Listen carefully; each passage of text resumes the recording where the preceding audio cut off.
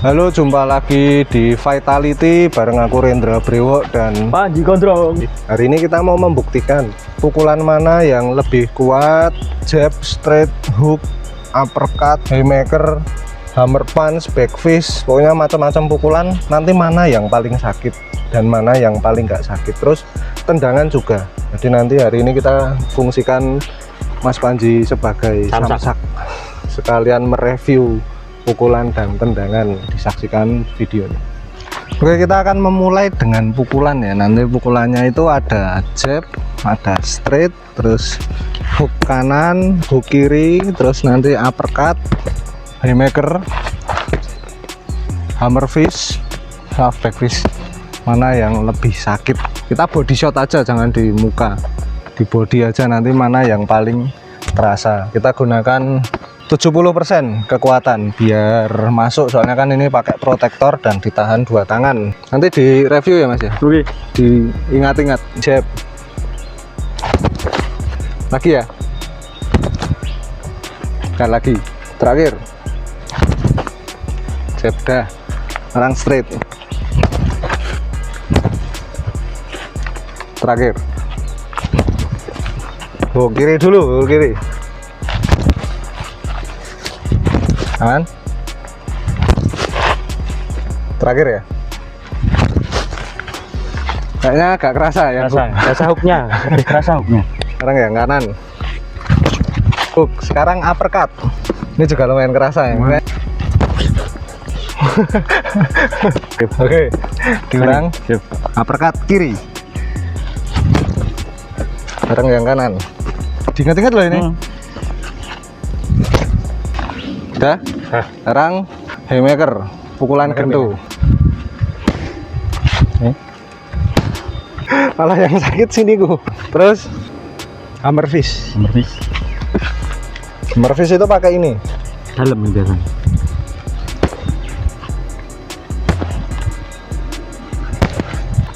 Sekarang back fist. Nah, udah.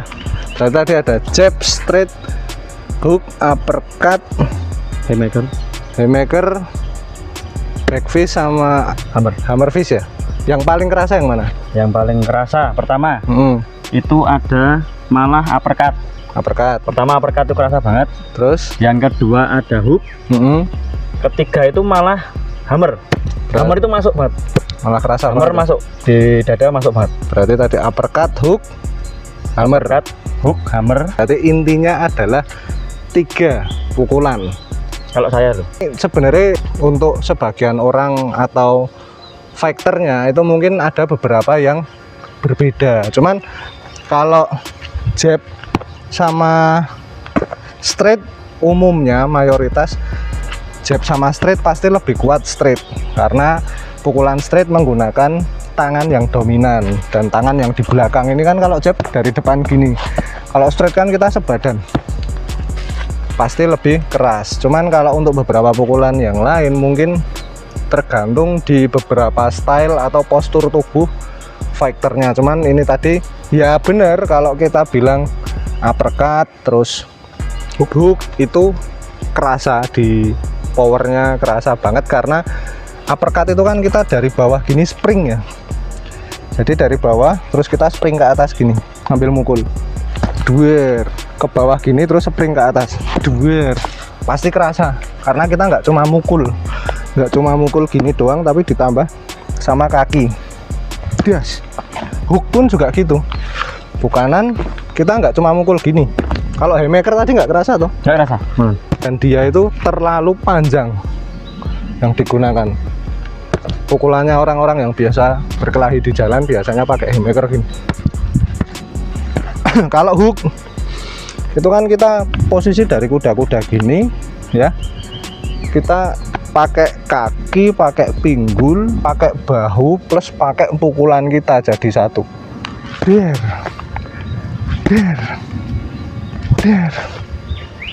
Pasti kerasa. Itu ya. Der. Sudah jelas kerasa. Kalau hammer fist kenapa bisa kerasa? Karena yang kita gunakan itu adalah bagian tangan kita yang empuk malah, yang nggak terlalu keras. Kalau ini kan keras. Kalau keras biasanya melukai daerah permukaan badan, di daerah luar. Nanti yang lebam itu luar. Cuman kalau hammer fist ini, kalau di sini ada jantung atau organ dalam, nah itu bahaya karena dia impactnya nanti ke dalam. Dari suaranya aja udah beda ya, sama gini. Pek sama bek. Ini pek, ini bek. Kedengaran nggak dari sini? Mungkin dengar. Ini ya, beda kan?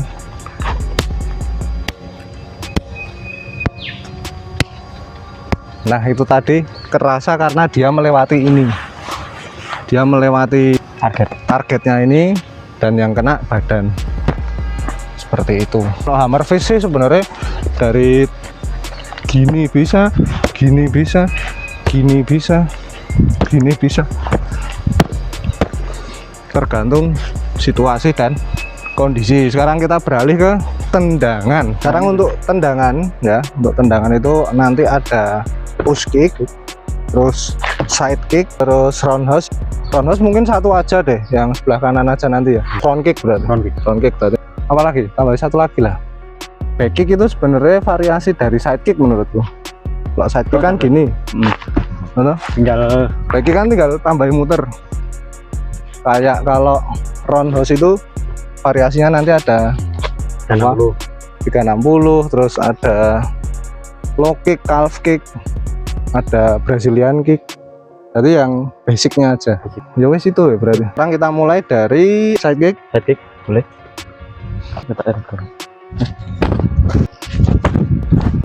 Atau dalam silat apa? T. Udah diingat toh rasanya? Cukup. Berarti sekarang kita ke push kick. Sekali lagi ya. Sekarang front kick. Berarti agak ke bawah mas. Siap. Yuk.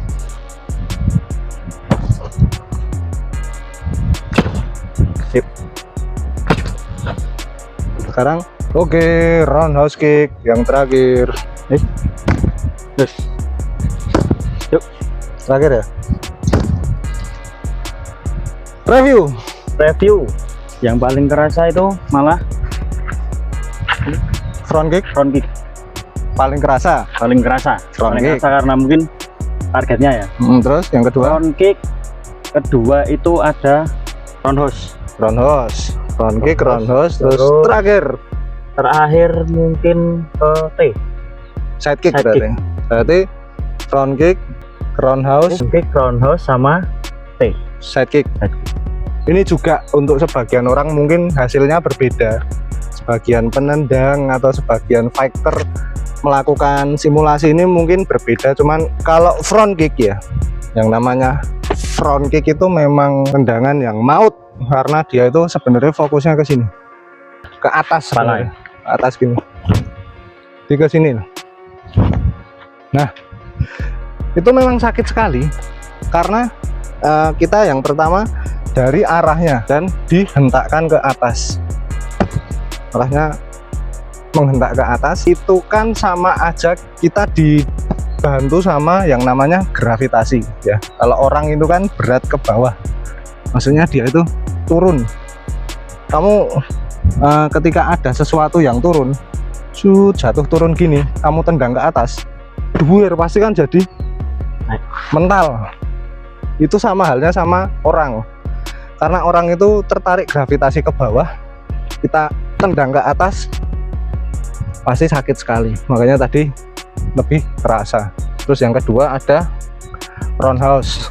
Ini roundhouse nya tadi tipenya yang low kick ke paha. Roundhouse itu juga lumayan menyakitkan, apalagi kalau nendangnya itu bener ya, dan dikenakan ke tulang kering. Jadi tekniknya itu bukan gini, bukan miring biasa, tapi kita agak turunin ke bawah.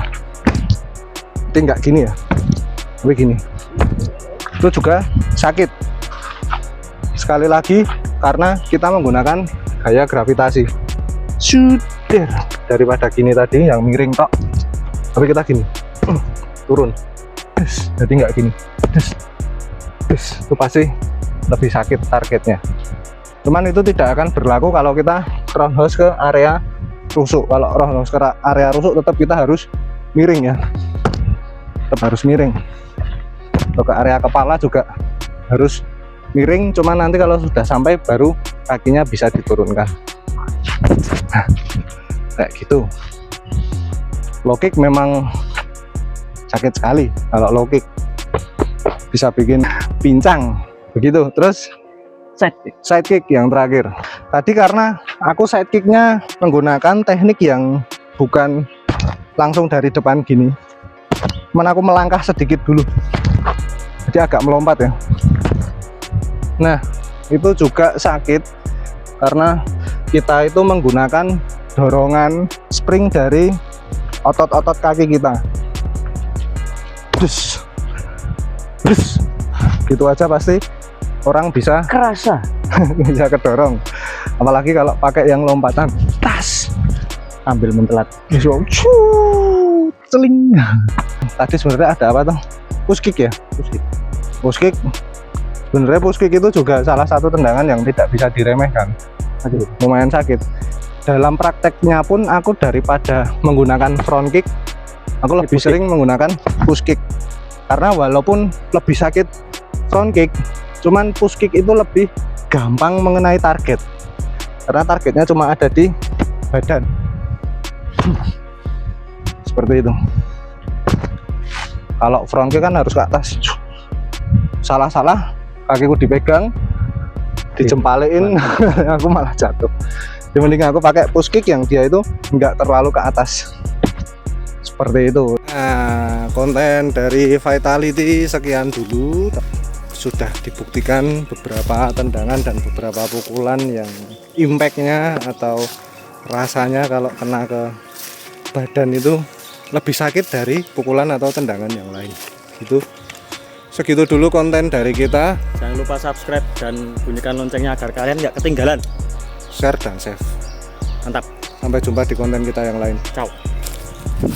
Ketemu lagi sama Rendra Brewo dan Panji Kontrol.